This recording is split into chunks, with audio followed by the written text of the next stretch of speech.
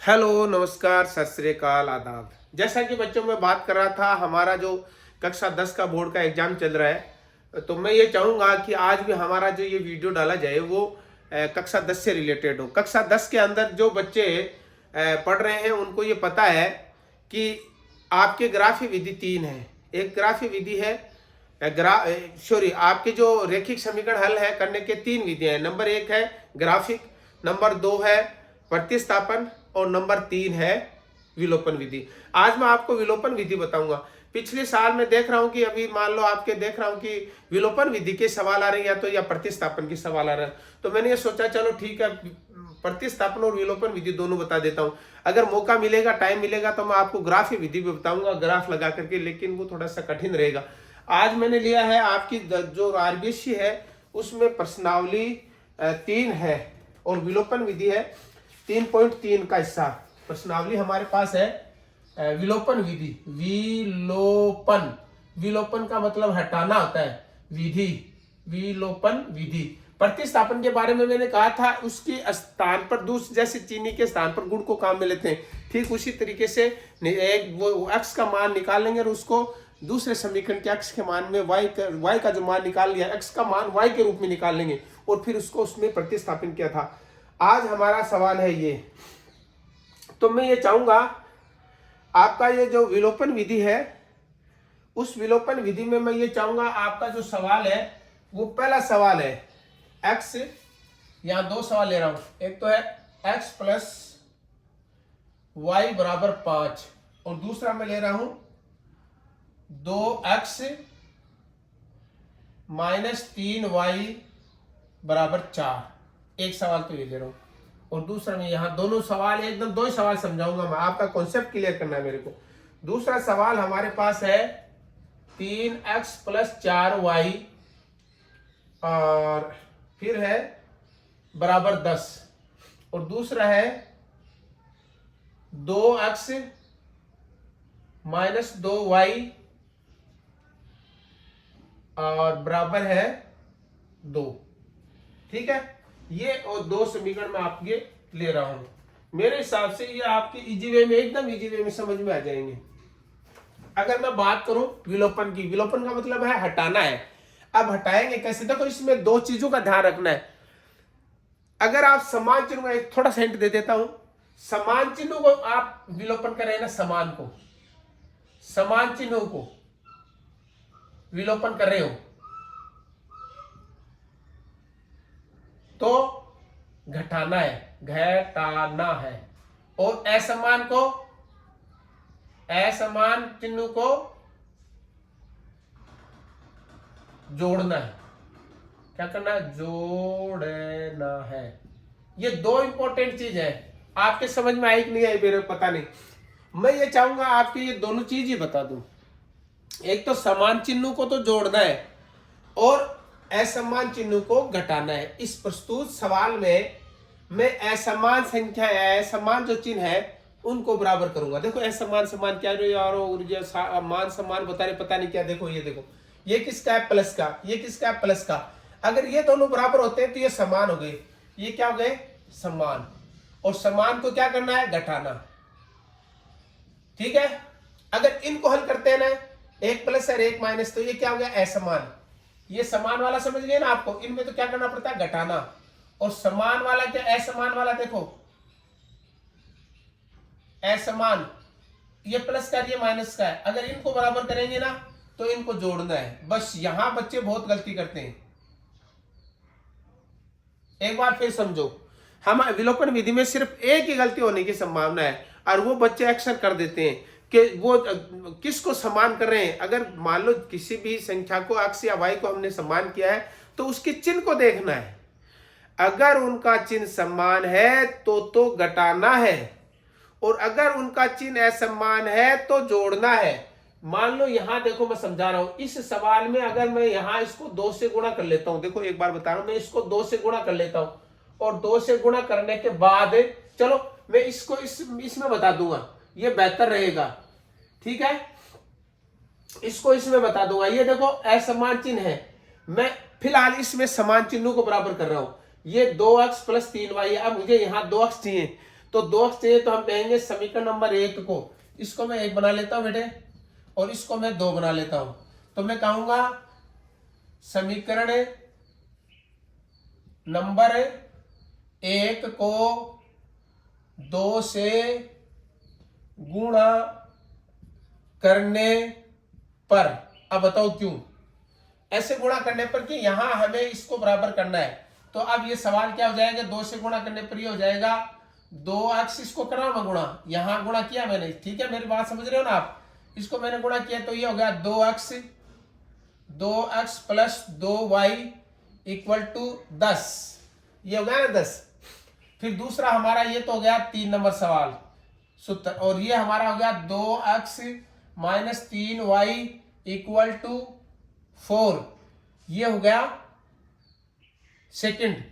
आपको क्या करना है, ये असमान, ये सम्मान चिन्ह हो गए, देखो ये सम्मान चिन्ह हो गए ना, मैंने क्या कहा, सम्मान चिन्ह को अगर आपने बराबर किया है तो प्यारे बच्चों आपको घटाना है, क्या करना है, सेकंड में से थर्ड समीकरण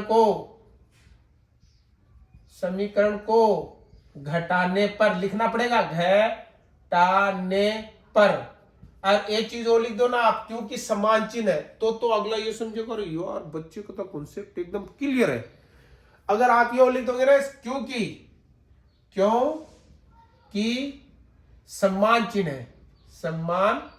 चिन्ह है। अब ये सम्मान चिन्ह कौन से हैं, ये देखो, ये दोनों, ये भी प्लस का था, ये भी प्लस का था, हमने 2x को बराबर किया है, इसलिए ये दोनों प्लस के होने से हमने पूरे समीकरण में घटाने का नियम लगवा दिया। अब देखो इसको घटा देंगे और ये हो गया 3, तो 2 तो पहले थे, 3 हो गए, 5 हो गए, ये आ गए 5y बराबर 6, घटा दिया ना इसमें से, और y बराबर हमारा आ गया 6/5। अब हम कहेंगे y बराबर 6/5 का मान समीकरण फर्स्ट में रखने पर,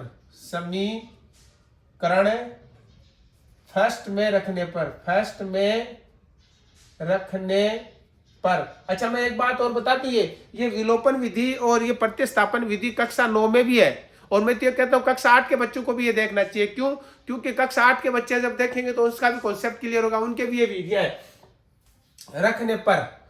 चलो मैं रख देता हूं, ये हमारे है समीकरण है x प्लस वाई बराबर 5। अब हमारे पास है x की जगह कितना आ गया,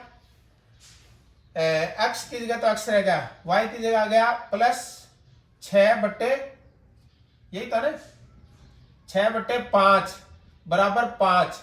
अब पूरे समीकरण को 5 से गुणा करने पर, ठीक है, समीकरण को 5 से गुणा करने पर। अब आप ये पूछ सकते हो गुरुजी 5 से गुणा क्यों कर रहे हो, मैंने अभी थोड़ी देर पहले कहा जो लघुत्तम आ रहा है उससे गुणा कर दो पूरे को। अब इसको 5 से गुणा करूंगा तो ये तो हो जाएगा 5x, और ये आ जाएगा प्लस 6, ये 5 से हट जाएगा, और ये आ जाएगा 25, ठीक है। अब मेरे पास सुनो, ये आ गया 5x बराबर 25, तो ये आगे थे माइनस का 6 हो गया, और x बराबर हमारा पास आ गया, x बराबर 25 में निकाल दिया 19/5, ये हमारा उत्तर आ गया x का, ठीक है बेटे। अब मैं इसको संतुष्ट करूंगा, कैसे संतुष्ट करूंगा, इतनी दूर में संतुष्ट कर लेता हूं, देखो इतनी दूर में मैं संतुष्ट करने की कोशिश कर रहा हूं। संतुष्ट में क्यों कर रहा हूं, आपको रब कार्य में कर लेना कि मेरा सवाल सही है कि नहीं। कई बार अमूमन क्या करते हैं, मान रख लेते हैं, सवाल गलत हो जाता है। ये काम आपको तभी करना है जब आपको टाइम मिले।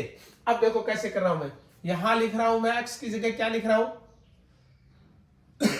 x की जगह लिख रहा हूं 19/5, और y की जगह कितना लिख रहा हूं 6/5, और बराबर कितने लिख रहा हूं 25, ठीक है बेटे। लघुत्तम आ गया 25, 5 लघुत्तम आ गया 5, ये आ गया सॉरी यहां हमारे 5 है, यहां हमारे 5 है, इसका लघुत्तम आ गया 5, ये आ गया 19 + 6, ये है हमारा 5, ये हो गया इधर वाला हो गया 25/5, और इधर वाला है 5, 5 25 5, हमारा उत्तर आ गया 5 बराबर 5 के। इसका मतलब हमारा ये जो सवाल है वो एकदम सही है। आपको मेरे हिसाब से कॉन्सेप्ट क्लियर हो गया होगा। पहली 2 चीजों का ध्यान रखना है, समान चिन्ह होने पर घटाना है, और असमान चिन्ह होने पर जोड़ना है। मैं इस सवाल में असमान वाला ले लेता हूं। देखो कैसे ले लेता हूं, मैं इस बार इसको बराबर कर लेता हूं। तो यहां इसको बराबर करने के लिए हमें 4 चाहिए, तो 4 कब आ गया, इसको 2 से गुणा करेंगे। तो हम यहां कह देंगे ये समीकरण फर्स्ट है और ये समीकरण सेकंड है, ये समीकरण सेकंड है। तो हम कहेंगे समीकरण सेकंड को 2 से गुणा करने पर, एक बार फिर गुरुजी आपने 2 से गुणा क्यों किया? बेटे 2 से इसलिए किया कि मुझे इस 4 के बराबर इसको बनाना है। ये 2 मेरे पास पहले है, इसको 2 से गुणा कर दूंगा तो ये 4 हो जाएगा, इसलिए मैंने यहां 2 से गुणा कर दिया। अब देखो बेटे समीकरण क्या बन जाएगा, 4x माइनस 4y बराबर 4 हो गया ना, और ये हो गया समीकरण नंबर 3। और इसके नीचे मैं लिख देता हूं समीकरण नंबर 1, 3x प्लस 4y। अच्छा एक और बताऊं मैं आपको, समीकरण कौन सा कहां लिखना है, कौन सा कहां नहीं लिखना है, इसका कोई फर्क पड़ने वाला नहीं है, बिल्कुल भी नहीं फर्क पड़ना है। अरे गुरुजी आपने तो 3 वाले को नीचे लिख दिया, 2 वाले को ऊपर लिख दिया, 2 वाले को नीचे लिख दिया, 1 वाले को नीचे लिख दिया, कोई फर्क पड़ने वाला नहीं है। अब देखो हमें क्या करना है, अब देखो मैंने जो मिलाया है वो असमान चिन्ह है, तो हम कहेंगे असमान चिन्ह होने के कारण जोड़ेंगे,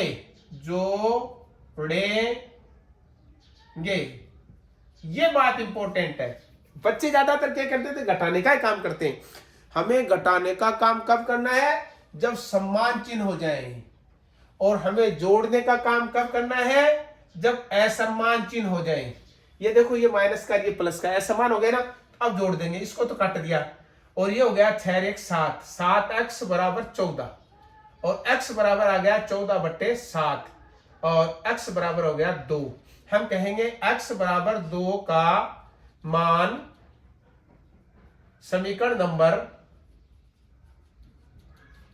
नंबर कौन सा सरल लग रहा है, मेरा ऊपर वाला सही लग रहा है, ऊपर वाले में रख देते हैं। ये हो गया फर्स्ट में रखने पर,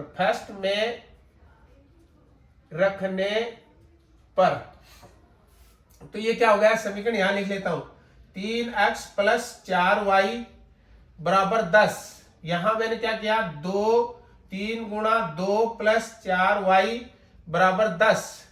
ये हो गया 4y बराबर 10 माइनस 6, और y बराबर आ गया 4/4, 4 एकम 4, तो y बराबर हमारा मान आ गया 1 का। अब देखो इसकी छोटी सी जांच कर लेता हूं। जांच आपके उसमें नहीं है, कोर्स में नहीं है, लेकिन जांच तो मैं इस तसल्ली के लिए कर रहा हूं कि मैंने जो सवाल किया वो हल सही किया कि नहीं किया। ये दोनों वीडियो में एक में भी बता सकता था कौन सा प्रतिस्थापन और विलोपन, लेकिन वीडियो बड़ा होने के कारण से बच्चे लोग देखते नहीं। अब देखो मेरे हिसाब से अगर मेरे को समीकरण ये अच्छा लग रहा है, तो मैं यहाँ कह रहा हूँ 3x plus 4y equal to 10। ये कर दूंगा 3 गुणा 2 प्लस ये कर दूंगा 4 में, हाँ 4 गुणा 1 बराबर 10। ये हो गया 3 दूनी 6 प्लस 4, और ये आ गया 10, 10 बराबर 10। इसका मतलब हमारा ये जो सवाल है वो सही है।